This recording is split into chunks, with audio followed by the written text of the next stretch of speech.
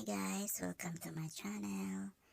Panorin natin ang interview kay Miss Thailand and Miss Philippines.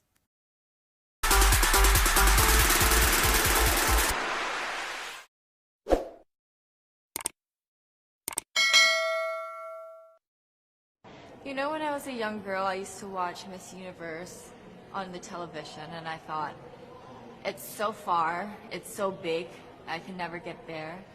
But to actually be here right now, knowing that in just a couple of days I'll be on that stage, whew, I'm just so incredibly happy, and to be representing for my home country, Thailand. I'm in awe, I'm in shock, and it's the best feeling in the world. I'm so blessed to be here. And I cannot wait to be on that stage and really perform and make my country proud. Well, first of all, congratulations. How does it feel to be here? Thank you. It feels amazing. I cannot believe that I'm here. You know, with the COVID situation, I'm so glad that we're all here and that there's so many girls that are able to be a part of this competition. And what it makes me realize is that the world isn't that big. When you see all the girls in the auditorium together from different countries, and everyone is so nice and so lovely, they're so warm, and I can't wait to get to know everyone. And also it's so unique to see that everyone was born into such different cultures, different languages, but we're all here together to tell our stories. And tell me about your journey, your road to getting here. Just I know you obviously was Thailand, but the physical journey to get here, did you just hop on a plane and get here, and was that easy or no? Oh my goodness. Well, Thailand is very far away. That's one thing. And I really had to, it wasn't a struggle to get the visa, but it was a long process. And when I got the visa, I was very excited.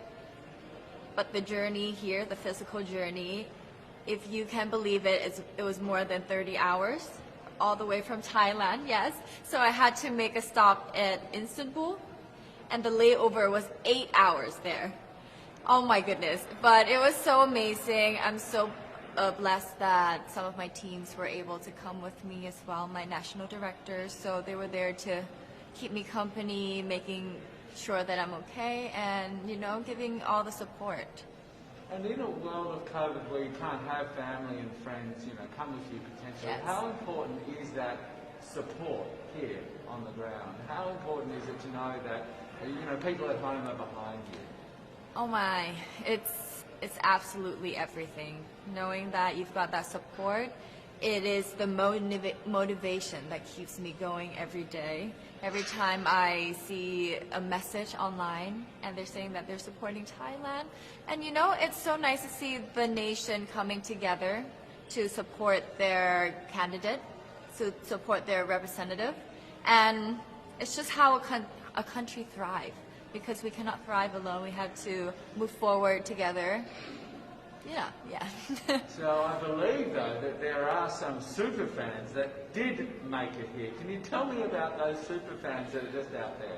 Oh, they are so amazing. Every time I come down, they would be screaming, Thailand, Thailand, Thailand.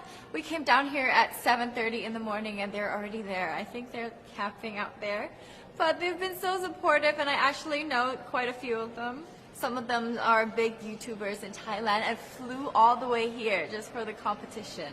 But pageantry is so big in my home country, and it's almost like a national sport. So the whole country gets behind it. They're very supportive, and they're just right behind you.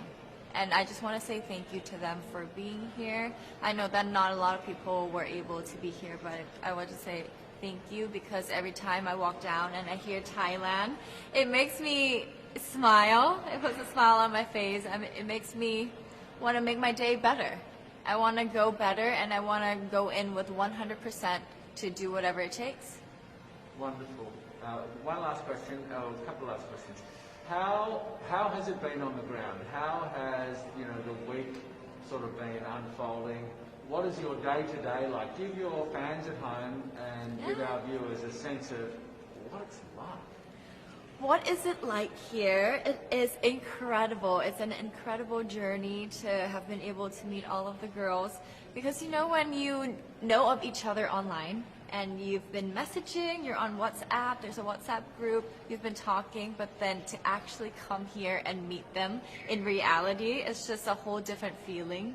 And it's just so nice to get to know them better and to know their stories because In some countries, sport is like the national pastime. that's But in the Philippines, some might say that pageantry is the pastime. That's true. You know what? In the Philippines, we have pageants all over the places.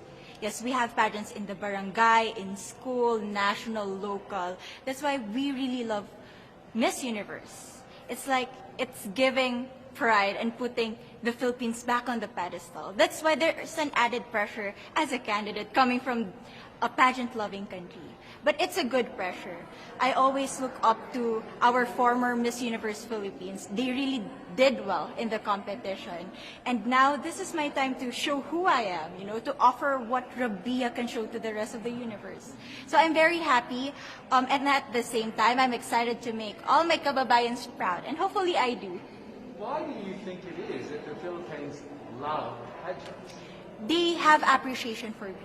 We do love pageant because we used to think that we wanted to be included in the world, I have to be honest, in the Philippines, my skin color used to be not the standard of beauty. I was obsessed whitening my skin because these are the kinds of beauty queen we see on the mainstream.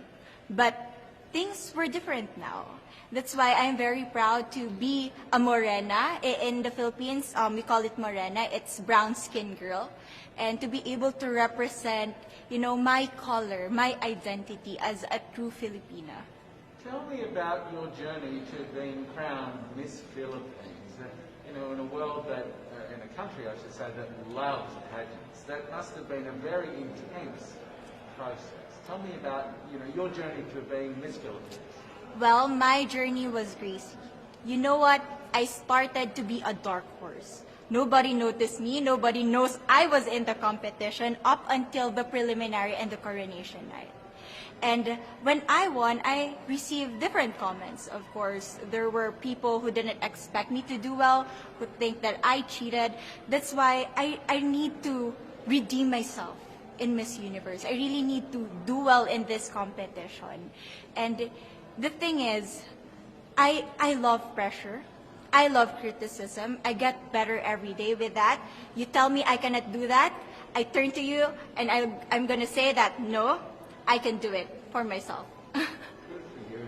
So how does it feel then to be on the global stage? How do you feel to be here in this moment, right now? It's crazy, but I'm overwhelmed with the support, not just from the Filipino community, but also from Thailand, Latin countries who do appreciate me as a candidate, as a person. It motivates me that I am beautiful, I can offer so much in this world, and when somebody believes in you, it gives you that extra energy to really do well and perform well.